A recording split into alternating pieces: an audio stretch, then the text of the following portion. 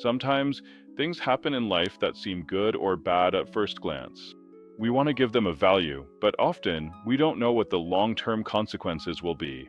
That's why I'm fascinated by the parable of the Chinese farmer. This story illustrates how complex and unpredictable life can be, and it helps me look at events with an open mind, without judging right away.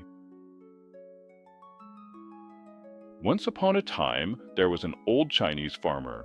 One day, his horse ran away. His neighbors came by and said, "How terrible that your horse ran away." But the farmer replied calmly, "Maybe so, maybe not." The next day, the horse returned, and it brought 7 wild horses with it.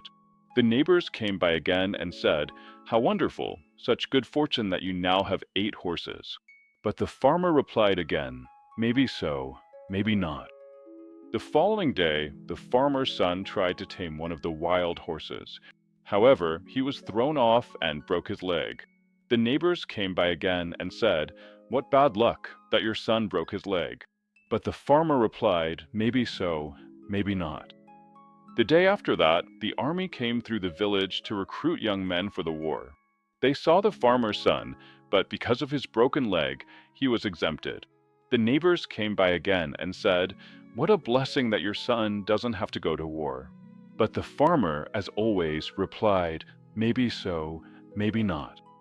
What I find so valuable about this story is the message that we don't always need to judge what happens in our lives right away. Things that seem bad can eventually lead to something good, and vice versa. This parable reminds me to look at life with an open mind, without categorizing things as good or bad immediately. Sometimes we just have to accept that we don't yet know the outcome. To conclude, maybe so, maybe not.